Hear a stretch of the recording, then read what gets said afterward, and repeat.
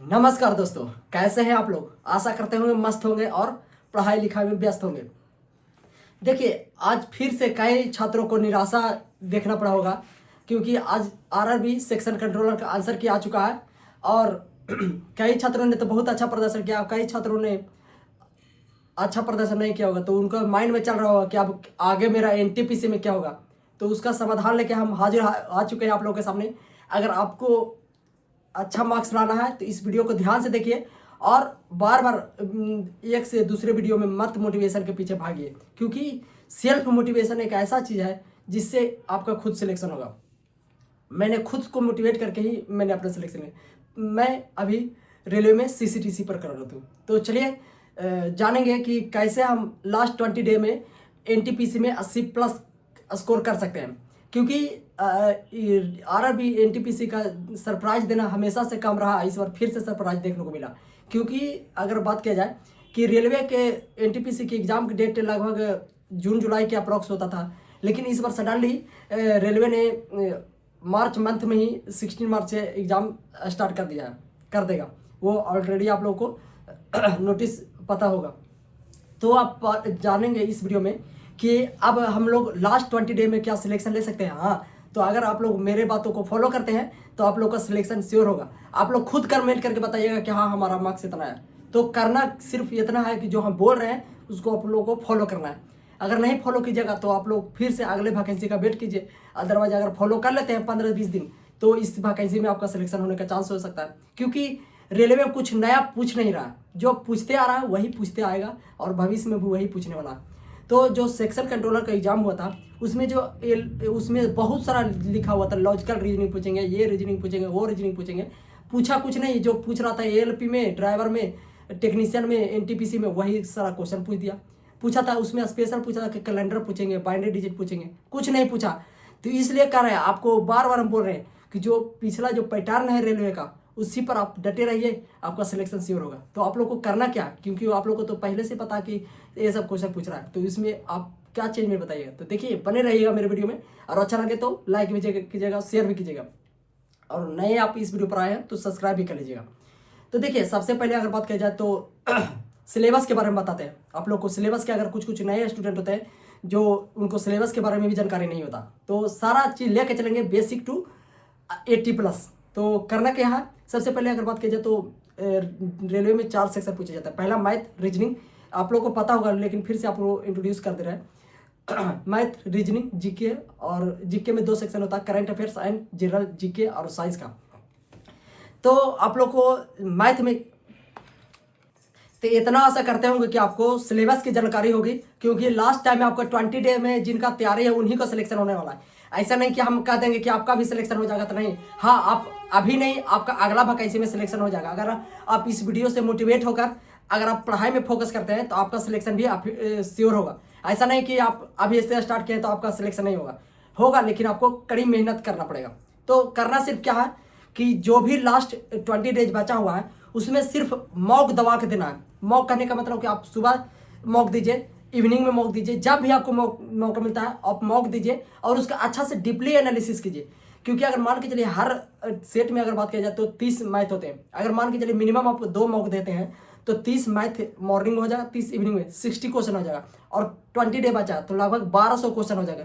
और हर एक अलग अलग डिफरेंट टाइप का अगर 1200 क्वेश्चन सॉल्व हो जाता है, या सिमिलर अगर मान के चलिए कुछ नहीं तो आपको 200-300 ऐसा पैटर्न आएगा जो डिफरेंट होगा। तो उससे आपको क्या होगा कि जो भी आपको पता नहीं था वो आपको सीखने को मिल जाएगा उस मॉक से। और आपको अब इधर से इधर वीडियो देखने की जरूरत नहीं है, सिर्फ PYQ पर रिलायबल करना है। उसके लिए क्या करना पड़ेगा कि आप टेक्स्ट बुक पर जाइए। टेक्स्ट बुक पर आप जितना भी मॉक पढ़ा हुआ है रेलवे सेक्शनल वाइज अगर देना चाहते हैं तो सेक्शनल वाइज भी दे सकते हैं, क्योंकि आप सर्च मारिएगा railway reasoning, railway math, railway GK, सारा सेक्शनल फॉर्मेट में आपको आ जाएगा। अगर फुल मॉक लेंथ देना है तो आपको जो लेटेस्ट पैटर्न पर जो आ रहा है उसका कंपाइलेशन मॉक भी दिया रहता है, तो आप मॉक भी दे सकते हैं। आप मॉक के जरिए PYQ नहीं दीजिएगा, आप मॉक के जरिए जो सेक्शनल मॉक रहता है, जो फुल लेंथ मॉक रहता है वो दीजिए। और अगर आप PYQ प्रैक्टिस करना चाहते हैं तो आप सेक्शनल प्रैक्टिस कीजिए, जिससे कि आपका स्पीड बढ़ेगा।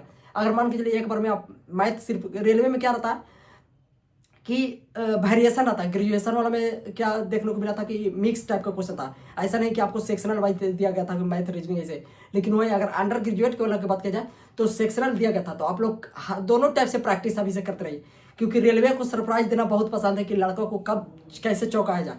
तो इसके लिए आप लोगों को जागरूक पहले से रहना पड़ेगा। करेगा थोड़ा सा कफ हो गया तो इसके लिए थोड़ा सा पहुंच हो जाए। तो आप लोग को करना क्या है कि आपको दोनों प्रकार के आप लोग को प्रिपेयर होना पड़ेगा, सेक्शनल टाइप का भी और साथ ही साथ मिक्स टाइप का भी। ऐसा नहीं कि क्या होता है सेक्शनल में क्या होता है कि आपको माइंड एक जगह स्टेबल हो जाता है कि हाँ हमको मैथ सॉल्व करना है, हमको रीजनिंग सॉल्व करना है, जीके सॉल्व करना है। लेकिन वही जो मिक्स वेरिएशन क्वेश्चन आता है तो उसमें आपको माइंड को फास्टली स्विच करना पड़ता है। नहीं तो कई ऐसे कैंडिडेट होते हैं जिनको बहुत चीज़ पता रहता है, सब चीज़ पता रहता है, लेकिन जो मिक्स टाइप का जो क्वेश्चन आता है उनमें माइंड ही उसका काम करना बंद हो जाता है, तो इसके कारण भी सिलेक्शन चूक जाते हैं। तो अभी से ही आपको 20 दिन में कम से कम 40 मॉक दे के जाना है। एग्जाम में आप देखिएगा आपको फर्क बहुत 10 से 15 नंबर आपका मार्क्स इंप्रूव होने वाला है। तो अभी से ही डेली क्या करना है, 2-2 मॉक, सुबह 2 मॉक, शाम को 2 मॉक। इसी प्रकार से आपका देखिए 1200 मैथ हो गया, 1200 रीजनिंग हो गया, 1200 लगभग जीके हो गया। जीके में क्या करना, 2 प्रकार का आपको पैटर्न पढ़ने को मिलेगा। एक करेंट अफेयर्स सिलेक्शन के लिए बहुत ही अहम योगदान निभाएगा। तो उसको लिए क्या करना है, तो उसके लिए सबसे पहले 1 साल का स्पीडी करंट अफेयर्स पढ़ लीजिए, ये एडिटोरियल पढ़ सकते हैं। एक बुक का फॉलो कीजिए, ज़्यादा बुक फॉलो करने से कोई मतलब नहीं। रेलवे के लिए आप रिलायबल होकर स्पीडी पढ़ सकते हैं, 100% उसी में से आता है। और साथ ही साथ टेक्स्ट बुक पर एक सेक्शनल करंट अफेयर्स का सेक्शन है, उसमें से आप प्रैक्टिस कीजिए, उसमें से भी बहुत सारा क्वेश्चन आपको देखने को मिल सकता है। रेलवे में क्या होता है कि करंट अफेयर्स कुछ ऐसा पूछा जाता है कि आपका हवा ही नहीं लगेगा कि कहाँ से पूछा है। तो इसके लिए आपको टेक्स्ट बुक का जो करंट अफेयर्स का सेक्शन है उससे भी आप मॉक देख सकते हैं, जिससे कि आपको 2 से 3 मार्क्स इंप्रूव होगा। तो बात किया जाए कि मेरा अगर बात किया जाए तो मैंने 2024 में भी अच्छा नंबर उठाया था, 92 नंबर मेरा आया था अंडर ग्रेजुएट वाला में। और ग्रेजुएशन वाला में बात किया जाए तो 86 नंबर आया था। तो कैसे आया, ये सब प्रैक्टिस से ही। ऐसा नहीं कि हम अब डेली हम वीडियो देख रहे हैं, ऐसा देख रहे हैं, उसे नहीं।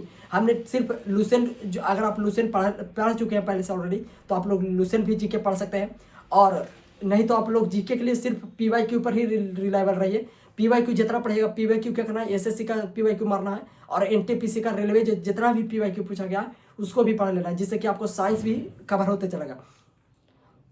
एनटीपीसी में आपको साइंस स्पेशल नहीं पढ़ना है, एनटीपीसी में आपको साइंस ऐसा नहीं पूछा जाता है जो आपसे नहीं बने। लेकिन हाँ, जो पीवाईक्यू में जो पिछले साल पूछा गया है उसको पढ़ते जाइएगा, जिससे कि आपका जो साइंस वाला क्वेश्चन भी आएगा वो कवर होते जाएगा। तो हमारा यही आप लोग को मोटिवेशन दे रहा है कि डेली अभी मार्क्स कम आएगा ये चलेगा, लेकिन डरना नहीं है। जो डर गया समझो मर गया। इसलिए आपको जब यही आपको हिम्मत रहना चाहिए, जब तक तोड़ेंगे नहीं, जब तक छोड़ेंगे नहीं। किसी कैंडिडेट का ऐसा होता है कि सिलेक्शन कम एक ही बार में हो जाता है, किसी कैंडिडेट को अगला साल भी वैकेंसी में देखना पड़ सकता है। ऐसा नहीं कि सारा का सिलेक्शन हो जाएगा, लेकिन हाँ आपको सोचना कि हमको यही बार झंडा करना है, क्योंकि अगला बार कभी आता नहीं है। अगला बार क्योंकि अगला बार आपको नया कुछ कैंडिडेट आ जाएंगे तो उससे भी फाइट करना पड़ेगा। इसलिए इतना मेहनत कीजिए, इसी बार इतना मौक दे दीजिए दबा के कि आपका सिलेक्शन इसी बार हो जाए। तो मौक के लिए आप अगर ऑफलाइन भी बुक प्रिपेयर करते हैं तो आप लोग प्लेटफॉर्म का बुक से भी दीजिए, और साथ साथ टेक्स्ट बुक। हम तो कहेंगे कि अभी लास्ट टाइम में आप लोग पीवाईक्यू पर ही बेस्ड रहिए, आप टेक्स्ट बुक पर ही, और कहीं नहीं जाने का भटकने की जरूरत है। टेक्स्ट बुक पर 2-2 सुबह 1 मॉक दीजिए, शाम को 1 मॉक दीजिए, और उसी का एनालिसिस, डीपली एनालिसिस कीजिए, और करेंट अफेयर साथ में लेते चलिए, और जितना भी जीके क्वेश्चन पूछा गया उसको साथ में लेके चलिए। आपका 80 नंबर कोई नहीं रोक सकता। कमेंट करके खुद बताइएगा, क्योंकि मेरा भी एग्जाम 2026 में होगा, तो मैं भी यही सेम पैटर्न फॉलो करने वाला हूँ। डेली 1 मॉक देना है, डेली 2 मॉक देना है मिनिमम। हम जॉब में है तो उतना हमारे पास टाइम नहीं रहता कि हम 2 मॉक दे पाए।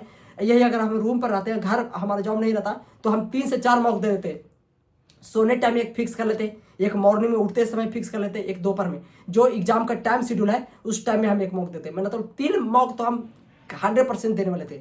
तो आप लोग को भी यही करना है। अगर आप लोग का जॉब नहीं है अभी, तो आप लोग रूम पर है, तो आप लोग 3 मॉक जरूर दीजिए, और उसका डीपली एनालिसिस कीजिए, जिससे कि आपको जो मैथ नहीं बन रहा है, आप लोग डेली फॉर्मूला एक पेज पर क्या करें, नोट्स बना लीजिए कि डेली जो हमारा जो कंसेप्ट रॉन्ग हो रहा है उसको शॉर्ट नोट्स के जरिए एम्फेसाइज करते जाइए, अपने लिखते जाइए कि लास्ट टाइम में क्या करना है, कि उसी को देखना है और कुछ मैथ एक्स्ट्रा नहीं पढ़ना है। अभी से ही फॉर्मूला रिवीजन पर काम कीजिए। क्या है कि क्योंकि आप लोग देखते होंगे लास्ट टाइम में आप लोग फॉर्मूला पढ़ते होंगे, हम लोग भी फॉर्मूला पढ़ते हैं। तो ऐसा नहीं कीजिए, अभी से एक फॉर्मूला नोट्स बुक बना लीजिए कि जिससे कि डेली रिवीजन हो सके। लास्ट टाइम में ऐसा नहीं है कि आप लोग को करेंट भी पढ़ना रहता है। लास्ट टाइम में तो हमारा यही मानना है कि आप लोग करेंट अफेयर्स सिर्फ देखिए और फॉर्मूला रिवीजन पहले से किया हुआ रहेगा, तो लास्ट में लोड काम पड़ेगा। तो अभी से फॉर्मूला का नोट्स बना लीजिए। कुछ कुछ रीजनिंग में जो पैटर्न होता है, जैसे कैलेंडर का आउट ऑफ सिलेबस, अगर कभी कभी क्वेश्चन आ जाएगा, सिलेबस में तो है लेकिन पूछा नहीं गया 3-4 साल से, लेकिन अचानक पूछा जाएगा तो आप लोग के लिए कठिनाई का सामना पड़ सकता है। जो लॉजिकल रीजनिंग जैसे सीरीज हो गया, एनालॉजी हो गया, उसमें कुछ कुछ पैटर्न है, उसका आप लोग शॉर्ट नोट्स बना सकते हैं। इसके जरिए भी आपका 2 से 3 मार्क्स अदर के कंपेरिजन आपको बढ़ सकता है। वही रहा सीटिंग अरेंजमेंट, तो पजल बेस्ड सीटिंग अरेंजमेंट बनाइए, सर्किल वाला बनाइए, स्क्वायर वाला बनाइए। डेली आप लोग को पजल भी प्रैक्टिस करना पड़ेगा, जिससे कि आपको वहाँ कम समय में आप सॉल्व कर सकते हैं। आपको बैठाने आना चाहिए, अरेंज करने आना चाहिए कि हाँ हम रीजनिंग को कैसे अरेंज कर सकते हैं, बस। और ब्लड रिलेशन से क्वेश्चन ये सब तो बन ही जाएगा। और जीके के लिए सिर्फ बोले कि आप लोग को डेली पीवाईक्यू ही पर बेस्ड रहना है। पीवाईक्यू में जितना भी जीके पूछा गया वो उसको आप लोग रट जाइए, किसी भी प्रकार का जीके में आपको समझने की जरूरत नहीं है, आपको रट लीजिए अच्छा से, करेंट अफेयर्स को अच्छा से पढ़ लीजिए, बस आपका मार्क्स 80% जरूर आएगा। आपको ये इन्फॉर्मेशन कैसा लगा? अगर अच्छा लगे तो चैनल को लाइक कीजिए और शेयर कीजिए यार, डिमोटिवेट हो जाता है मेरा। हम आपको जो दूसरा जो बता रहा है ना, उससे 100% मेरा वीडियो आप लोग के लिए बहुत यूजफुल है, लेकिन आप लोग क्या देखते हैं समझ में नहीं आता। आप लोग के लिए हम इतना मेहनत कर रहे हैं, आप लोग हमको मेहनत को अप्रिशिएट कीजिए और सपोर्ट कीजिए, जिससे कि हम भी आप लोग को आगे वीडियो बनाते रहें और आप लोग के सामने अपना जो भी मैंने कैसे कठिनाइयाँ में सेल्फ मोटिवेट होकर मेहनत किया वो आप लोग के सामने प्रस्तुत करता रहूँगा। तो अच्छा लगे तो लाइक कीजिए, चैनल को शेयर कीजिए और सब्सक्राइब जरूर करिएगा। धन्यवाद।